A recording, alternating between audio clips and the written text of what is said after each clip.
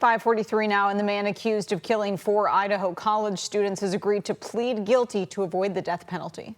At least one of the victims' family says that they're absolutely outraged by this deal. Here's ABC's Lionel Moise.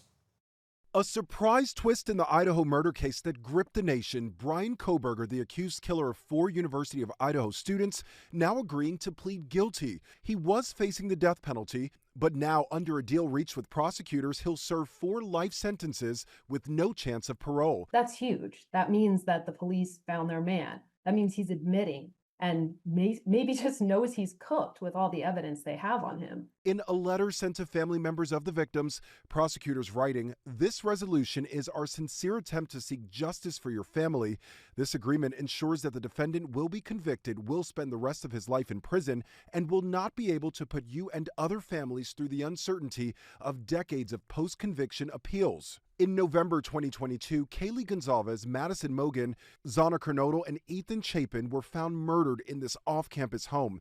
Authorities say Kohberger's DNA was found on a knife sheath at the scene. The criminology PhD student at nearby Washington State University was arrested more than a month later after driving cross-country to his parents' home in Pennsylvania.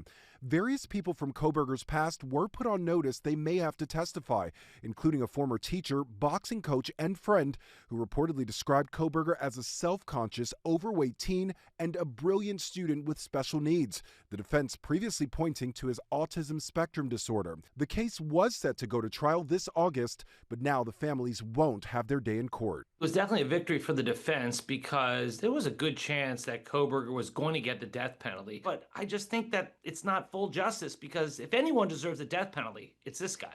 The family of Kaylee Gonzalez blasting prosecutors, saying 4 wonderful young people lost their lives, yet the victims' families were treated as opponents from the outset.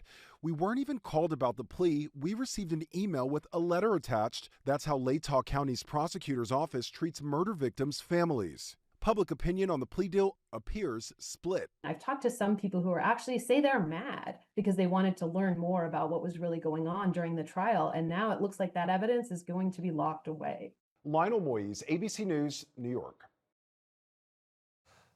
Now, a motive for the murder is still unclear. A court hearing is set for tomorrow. The state is also seeking restitution for the victims' families.